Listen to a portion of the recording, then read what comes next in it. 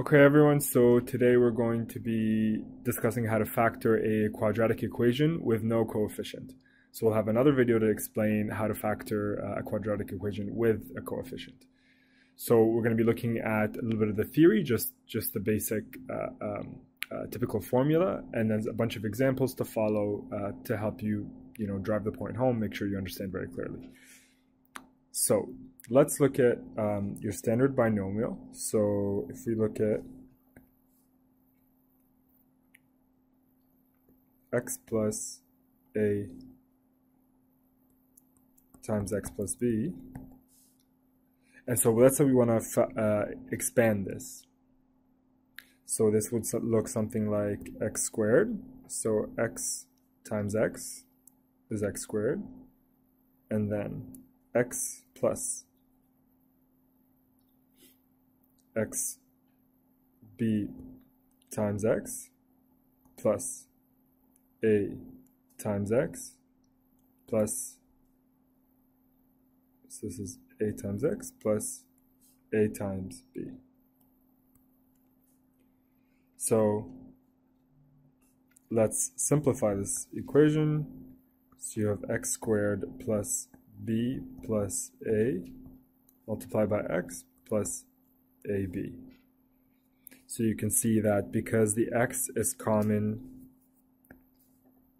here and here, we can just factor it out. And so basically here you are left with the quadratic equation. And so these are the kind of equations, so this is the kind of equation you're going to be given, maybe in exams or tests where you have to factor it out. So how do you factor it out? So now that we've multiplied it out, so you understand how it works, let's work backwards, right? So I'm going to give you an example, and we're going to work backwards, okay? So let's say, this example. So let's say we have x squared plus 5x plus 6. Okay, so we would like to factor this out. So how do we do that? Well, you can see the equation right above, and you know that it has to look something like this. I'll just flip this around, a plus b x plus ab, right? So you know that your 6 is equal to ab, and that your 5 is equal to a plus b, which means that there are two numbers that are multiplied together, and the product is going to give you 6, and those same two numbers have to be added together to give you a 5. So what are the options that can do that? So when you look at 6, what two numbers multiplied together will give us a 6? So it could be 6 times 1 is equal to 6, or 2 times 3 is equal to 6. Now, what about 5? What are the two numbers that are added together will give us 5? Now here there's a lot of different options, right? You could do 1 plus 4, you can do 2 plus 3, you can do 6 minus 1. But we need to make sure we're picking numbers that are consistent with the one above. So you have to make sure that that whatever you choose works for both. Okay, for that the product gives you 6 and that added gives you 5. So let's look at the two options here, right? So if you do 6 plus 1, so 6 plus 1, just like here, right? We took the same values. That's going to give you a 7. But if you take 2 and 3, that's going to give you a 5. So you automatically know that this is not going to work. So it doesn't matter that 6 times 1 was 6. This and this are the ones you're going to have to go with. So you know that your A value is 2, and that your b value is 3. In this case, because you're adding, it doesn't matter if you say which is which, it really doesn't matter. So So let's simplify this. So remember that the simplification of your quadratic formula is multiplying two binomials right here. So you can go back to that, right? So you know that it's going to look like this. And we've already figured out what a and b are, right? So you're going to do x plus 2 and x plus 3. So now your quadratic equation has been factored. Okay, so let's look at some examples on how to, oops, let's put that in black. Let's look at some examples on factoring a quadratic equation. Okay, so we're going to go through a bunch, about 8 of them, so you can make sure you can practice as much as you would like. So the first one is x squared plus 3x plus 2. So remember, how do we factor this? We always said that it's x plus a into times x plus b, right? So your 2, let me do this. Your 2 is a product, so it's a and b, and your 3 is a plus b. So every time you factor out a quadratic equation, you have to think what numbers multiplied together will give me this value, so in this case 2, and what numbers added together will give me this value, in this case 3. So let's break it down, okay? So let's say, so 2, you know that it could really only be 2 times 1 is 2, and in this case it could be a bunch of things.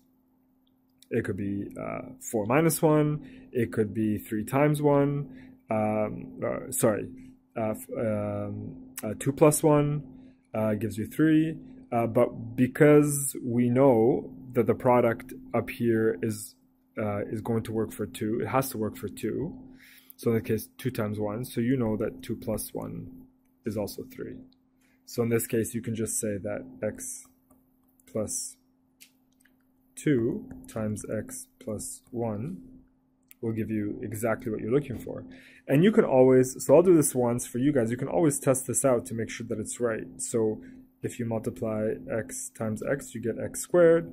You multiply x times 1, you get x. And then you do 2 times x, you get 2x. And then you do 2 times 1, which is 2. And that leaves you with x squared plus 3x plus 2, which is identical to the original equation. So if you're in doubt, you can always test it out and see what it looks like. Okay, so let's do x squared. Let's do x squared minus 6x plus 9. So again, what are the different options for 9, right? You can do 9 times 1 gives you 9. You could do 3 times 3 gives you 9, okay? But you know that the two numbers added together have to give you minus 6. Careful here with the sign, okay? It has to be minus 6. So what two numbers added together? So if you added 9 plus 1, is that going to give you a 6? No, that equals 10. If you added 3 plus 3, does that give you a 6? It gives you a 6, correct. Great, but we're looking for minus 6. So what gives you minus 6? It's minus 3 plus minus 3. It gives you minus 6. So always have to be careful with the signs, right? So in this case, you have a product that is positive, okay? You have a product that is positive, so it's positive 9. And you have a sum that's negative, okay? So let's do a quick recap. So remember that positive times positive is positive. And negative times positive is negative. And negative times a negative gives you a positive, right? So in this case, we are looking for a product that is positive. So the only way you can have a product that's positive is in either this option or this option. It's either both of your numbers are positive or both of your numbers are negative. Now, you look at what your summation needs to be. And you're looking for a sum that's negative. So you know that in order to do that, given that it could either be this guy or this guy, in order to get a negative value, you have to add two negative values together. So a negative plus a negative is definitely a negative. So let's go back here. So let's finish this off. So we looked at what your A and B could be, just like we were doing up here. So your A and B could be 3 plus 3, 3 and 3, right? So let's write out the equation. X plus A times X plus B, right? And we said that 3 times 3 gives you 9, but 3 plus 3 gives you positive 6, and we want negative 6. So it has to be minus 3 and minus 3. Therefore, X minus 3 and X minus 3, right? So if you multiply this out, I promise you'll get the same thing. So I'll just do it. I'll explain it really quickly. So X squared, X times X is X squared. X times 3 minus 3 is minus 3X. Minus 3X times minus 3 times X is minus 3X. So now you're going to have a total of minus 6X, and minus 3 times minus 3 is positive 9. So you're going to get the same thing as your initial equation up here. But now you'll notice something really cool. Both your X plus A and your X plus B are actually the same, right? So here and here you have the same value. So why don't we simplify that even more? So X minus 3 squared. Now, since your A and your B are actually the same, this is called a perfect square. Okay, so it's a perfect square. So if you ever want to factor a perfect square in the future, you just have to use this equation, X plus B squared. In this case, our B is minus 3. Okay, so instead of doing X plus A and X plus B, you don't have to, because you know that both numbers are going to be the same. So it's just X plus B squared. In this case, your B is minus 3. Okay, let's go on to another example. I'm going to just, fix the screen here. Perfect. So, this is our third example. So we'll do A squared minus 7A plus 10. So let's break this down, okay? Again, so what gives us 10? Remember, it's a product for 10, and it's a summation for 7.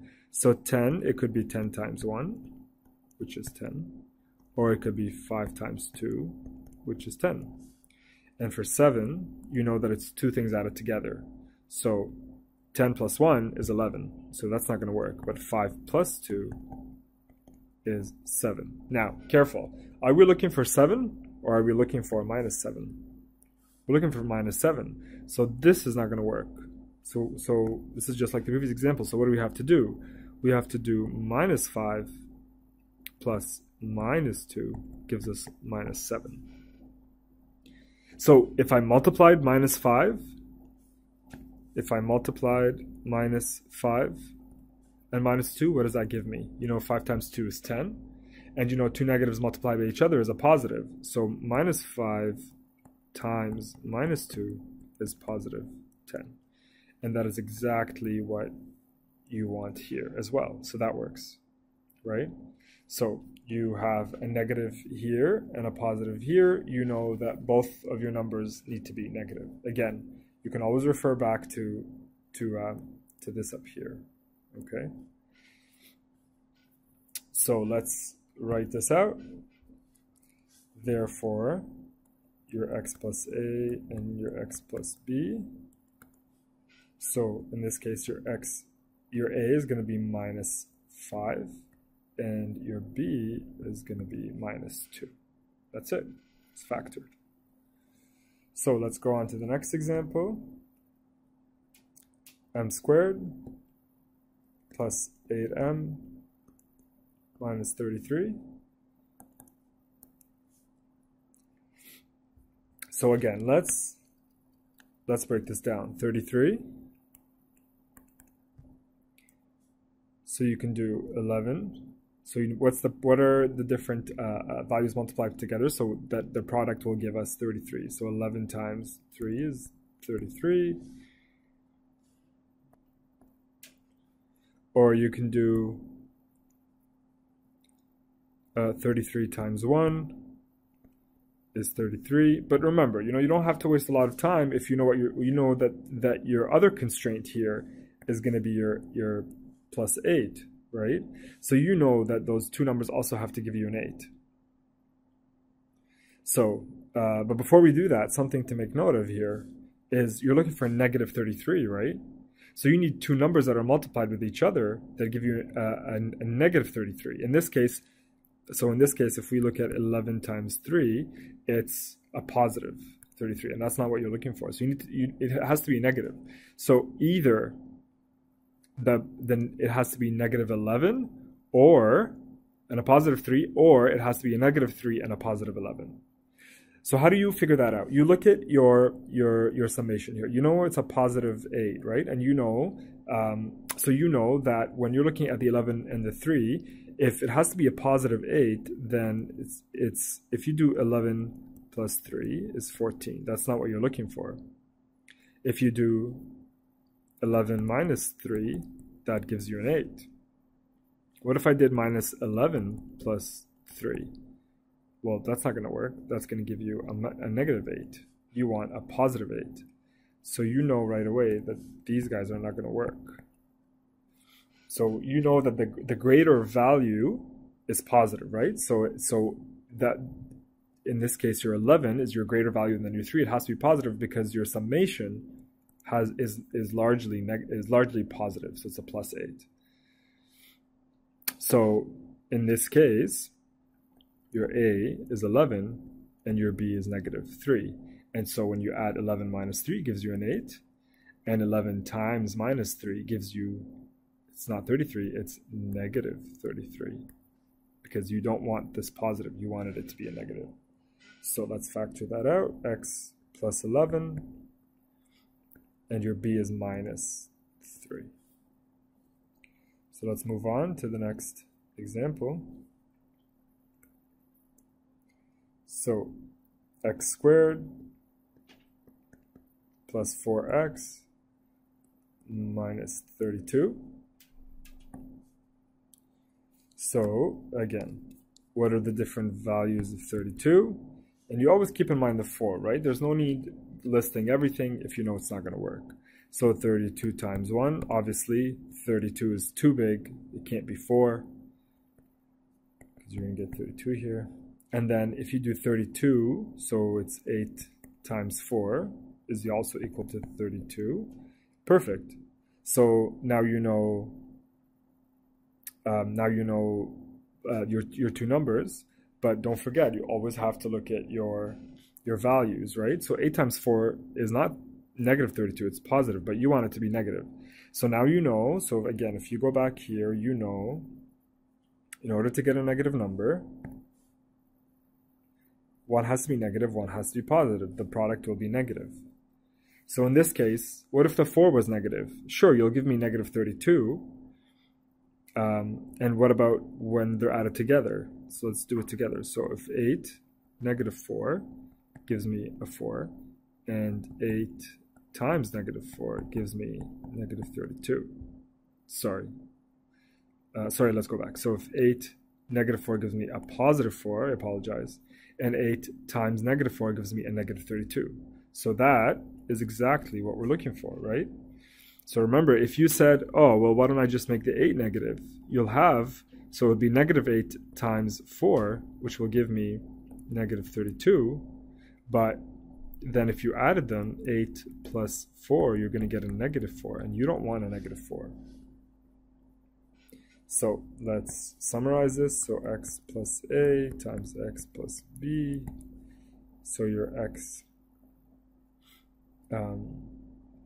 your a is going to be 8, and your b is going to be minus 4. Okay, guys, so let's keep going here just to make sure you understand as much as possible. So we'll do 3 more examples. So example 6. So x squared plus 8x plus 77. Again, what are the different options for 77? 77, it could be 11 times 7, 77 times 1.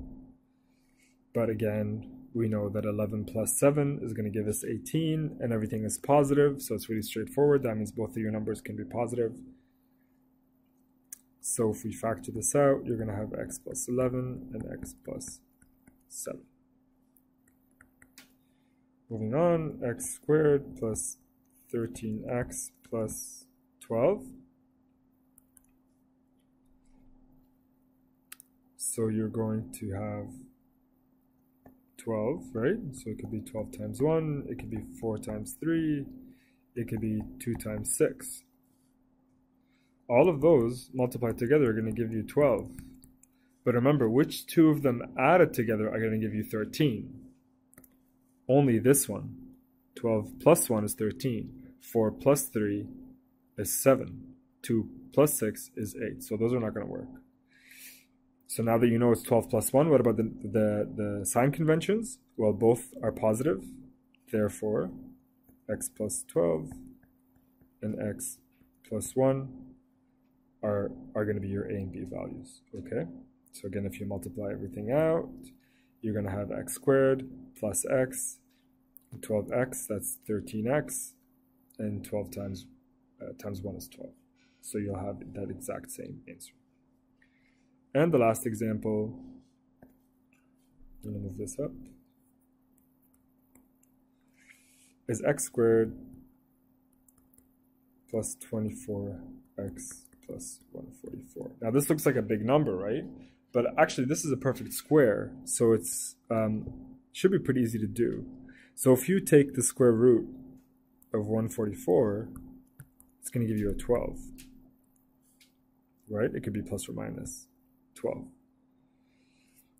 So you know that 12s, 2 12s added together is going to be 24. So therefore, 12 is A and 12 is B.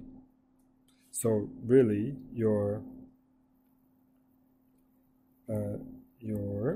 so x plus A and x plus B, right? So it's x plus 12, or as we said before, x plus 12 squared is going to be how you factor that.